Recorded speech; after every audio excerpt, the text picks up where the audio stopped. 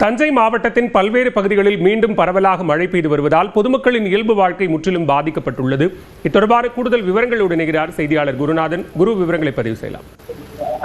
தஞ்சாவூர் மாவட்டத்தில் கடந்த சில நாட்களாகவே பல்வேறு பகுதிகளில் கனமழை என்பது பெய்து வருகிறது.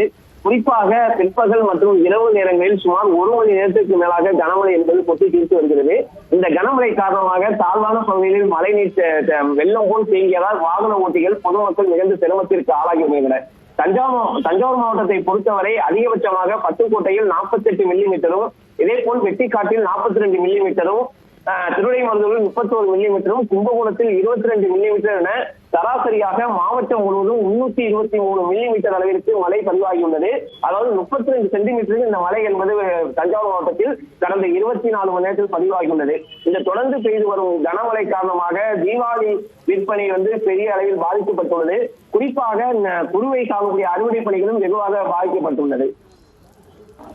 விவரங்களுக்கு நன்றி குருநாதன்.